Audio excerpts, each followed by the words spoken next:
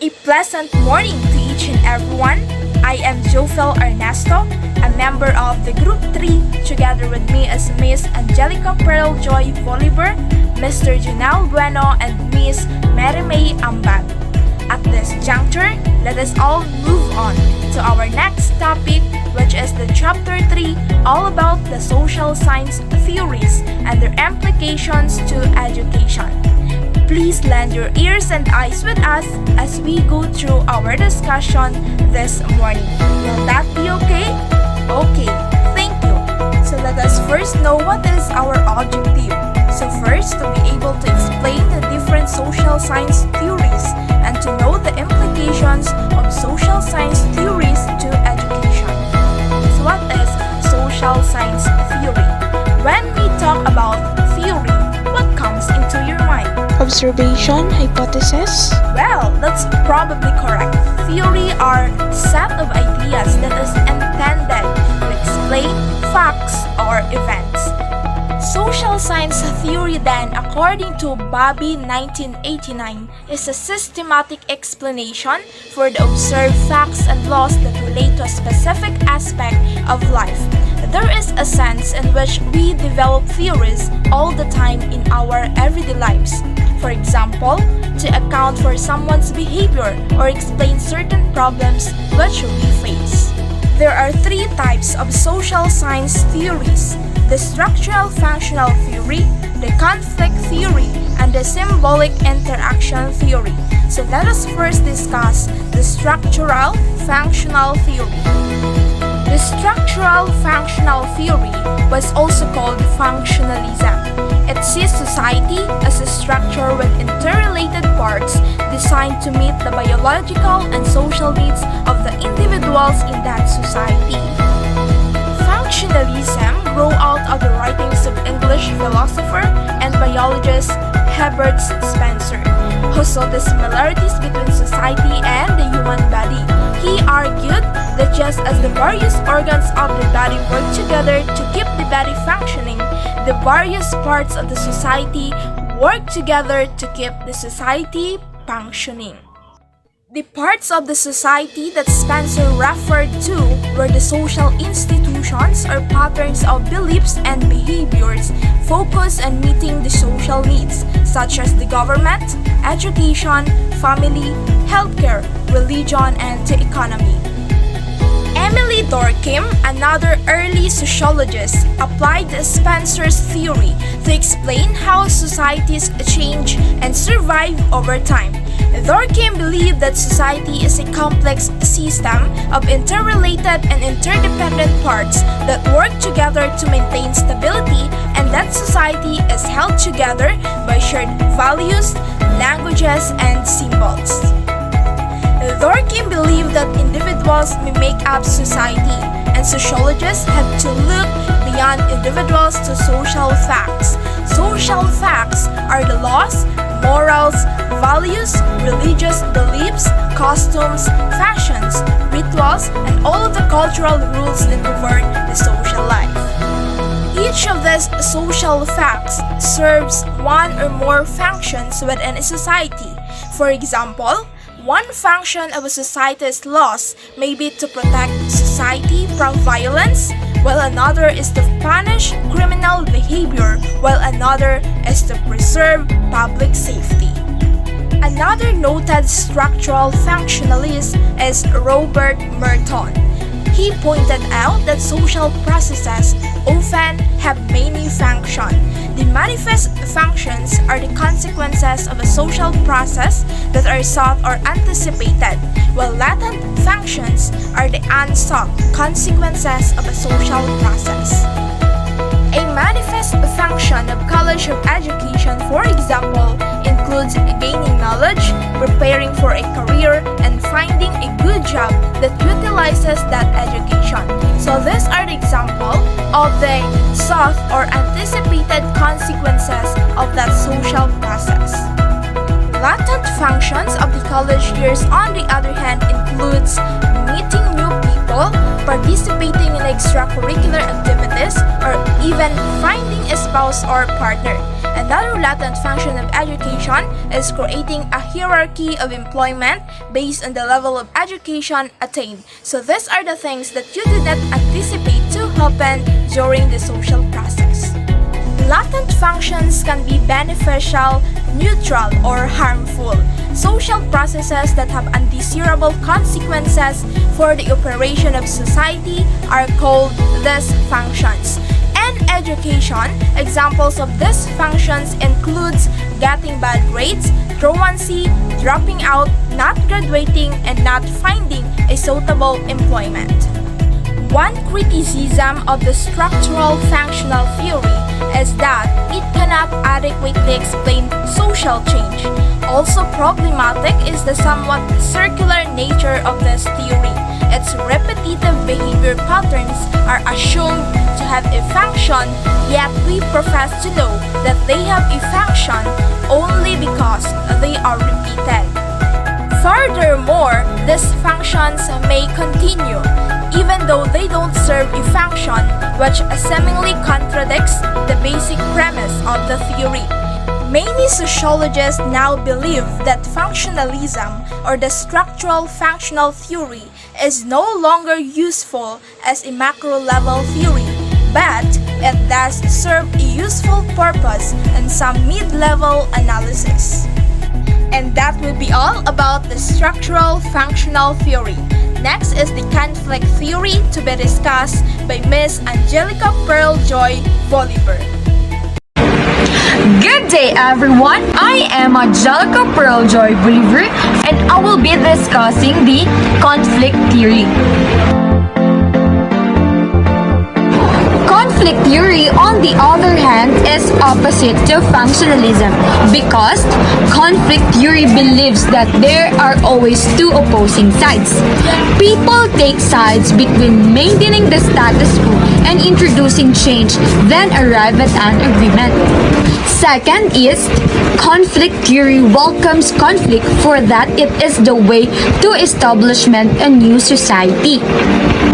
And the third one, conflict theorists find potential conflict between any groups where inequality exists, like for example, racial discrimination, gender inequalities, religious beliefs, political beliefs, economic perspectives, and so on. Conflict theorists note that unequal groups usually have conflicting values and agendas, causing them to compete against one another. As long as there are discrimination between poor and rich, dumb and bright, black and white, there are a conflict that is based on conflict theory. Conflict theory looks at society as a competition for limited resources. This perspective is a macro-level approach most identified with the writings of German philosopher and sociologist Karl Marx in the year 1818 to 1883, who saw society as being made up of two classes, the bourgeoisie or capitalist and the proletariat or workers, who must compete for social, material, and political resources such as food and housing, employment, education. Social institutions like government, education, and religion reflect this competition in their inherent inequalities and help maintain the unequal social structure. In the economic sphere, Marx focused on the mode of production. When we say mode of production, it is the everything that goes into the product of the necessities of life. Example, the industrial factory. And relations of product, when we say relations of product, it is the social structures that regulate between humans in the production of goods. Example, unequal power between workers and factory owners. Next, we have the conflict theory's implications to education. Conflict theorists believe that functionalism is a powerful powerful means of maintaining a powerful structures and creating a docile workforce for capitalism. Conflict theories believes that the purpose of education is to maintain social inequality, right? Because to preserve the power of those who dominate society and teach those in the working class to accept their position as a lower class worker of the society. And last implications to education is that conflict theories call this the hidden curriculum. The hidden curriculum socialize young people into obedience and conformity for them to be developed as docile workers. This conflict theories was actually called hidden curriculum because it intentionally but indirectly socialized young people to be obedience and conformity for them to develop as docile workers. Criticism. Just as structural functionalism was criticized for focusing too much on the stability of societies, conflict theory has been criticized because it tends to focus on conflict to the exclusion of recognizing stability. Many social structures are extremely stable or have gradually progressed over time rather than changing abruptly as conflict theory would suggest. As we all know, conflict paved the way to change and to establishment of a new society. That's actually correct. We have to be the change to what we see. We have to be the light that we want to see. Good day, everyone. I am Janelle Balongo Bueno. For today, I will discuss about symbolic interaction theory. Symbolic interaction theory is a micro-level theory that focuses on meanings attached to human interaction, both verbal and non-verbal, and to symbols. Communication is the exchange of meaning through language and symbols. It's believed to be the way in which people make sense of their social worlds. Charles Horton Collie. He introduced the looking glass self in the year of 1902 to describe how a person's self of self grows out of interactions with others.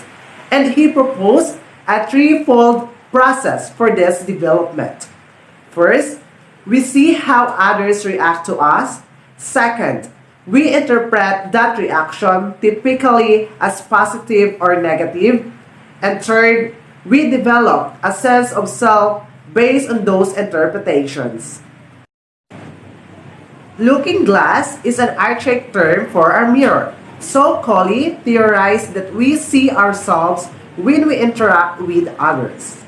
George Herbert Mead is considered a founder of symbolic interactionism, though he never published his work on this subject. Mead is a student of Herbert Blumer, actually coined the term symbolic interactionism and outlined these basic premises. Humans interact with things based on meanings ascribed to those things.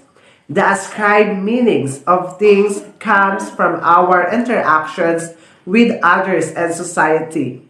The meanings of things are interpreted by a person when dealing with things in a specific circumstances. This sounds close to Collie's looking glass self, but Mead's contribution was really to the development of self, especially in childhood, which we'll discuss in more detail when we address theories of socialization. If you love books, for example, a symbolic interactionist might propose that you learn that books are good or important in the interactions you had with family, friends, school, or church. Maybe your family had a special reading time each week. Getting your library card was treated as your special event, or bedtime stories were associated with warmth and comfort. Criticism. Research done from this perspective is often scrutinized because of the difficulty of remaining objective. Others criticize the extremely narrow focus on symbolic interaction. Proponents, of course, consider this one of its greatest strengths and generally use research methods that will allow extended observation and a substantive interviews to provide depth rather than breadth. Interactionists are also criticized for not paying enough attention to social institutions and structural constraints. For example, the interactions between a police officer and a black man are different than the interactions between a police officer and a white man. Addressing systemic inequalities within the criminal justice system, including pervasive racism, is essential for an interactionist understanding of face-to-face interaction. Hello everyone, I am Miriam Bag, the last reporter of Group 3. So, I am going to tackle to you the implications of social science theories to education.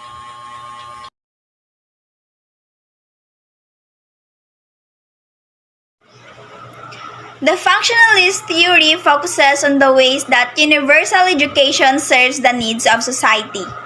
Functionalists first see education in its manifest role, conveying basic knowledge and skills to the next generation. Durkheim, the founder of functionalist theory, identified the latent role of education as one of socializing people into society's mainstream. This moral education, as he called it, helped form a more cohesive social structure by bringing together people from diverse backgrounds, which echoes the historical concern of Americanizing immigrants. Functionalists point to other latent roles of education such as transmission of core values and social control. The core values in American education reflect those are characteristics that supports the political and economic systems that originally fueled education. Therefore, children in America receive awards for following schedules, following directions, meeting deadlines, and obeying authority. The most important value permeating the American classroom is individualism, the ideology that advocates the liberty rights or independent action of the individual.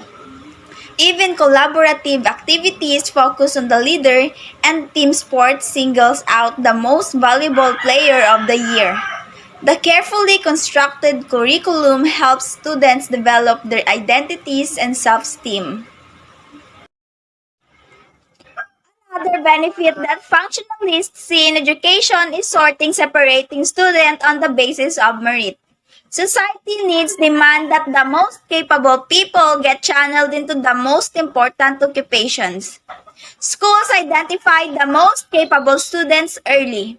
Those who score highest on classroom and standardized tests, inter-accelerated programs, and college preparation courses. Functionalists point to a unique dual role of education in both perceiving and changing culture. Study shows that as students progress through college and beyond, they usually become increasingly liberal as they encounter a variety of perspectives. Thus, more educated individuals are generally more liberal, while less educated people tend towards conservatism.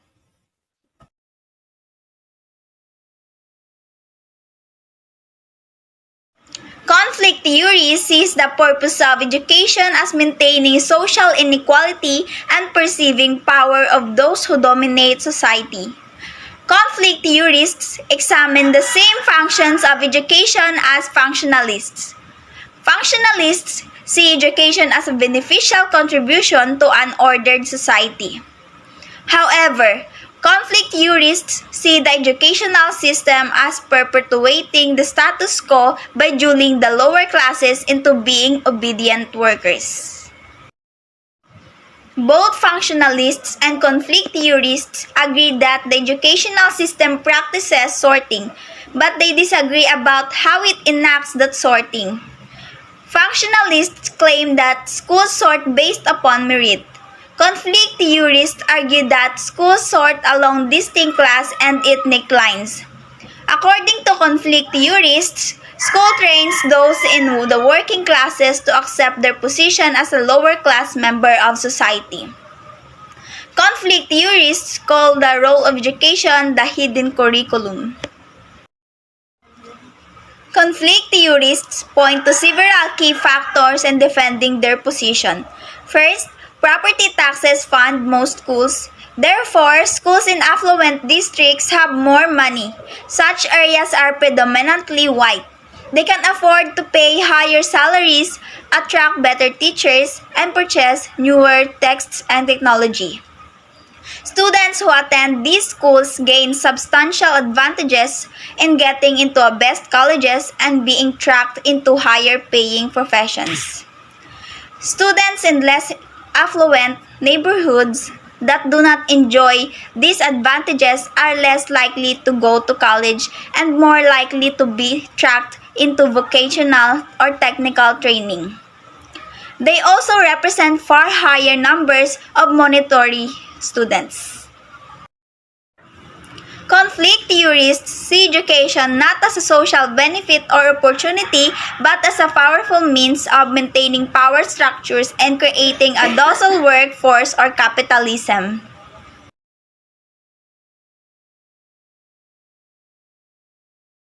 Symbolic interactionists limit their analysis of education to what they directly observe happening in the classroom. They focus on how teacher expectations influence students' performance, perceptions, and attitudes. Robert Rosenthal and Lenore Jacobson conducted the landmark study for this approach in 1968. First, they examined a group of students with standard IQ tests. The researchers then identified a number of students who they said would likely show a sharp increase in ability over the coming year. They informed the teachers of the results and asked them to watch and see if this increase did occur. When the researchers repeated the IQ tests at the end of the year, the students identified by the researchers did indeed show higher IQ scores. The significance of this study lies in the fact that researchers had randomly selected a number of average students. The researchers found that when the teachers expected a particular performance or growth, it occurred. This phenomenon, where a false assumption actually occurs because someone predicted it, is called a self-fulfilling prophecy. For example, the stock market may be stable with rising values. If investors become afraid that the market will crash, however, they may suddenly sell their stocks, which causes the market to crash. The crash occurred simply because investors feared it would do so. And that concludes the Chapter 3, the Social Science Theories and their Applications to Education. We hope that you learned something today. Thank you for listening. Padayon!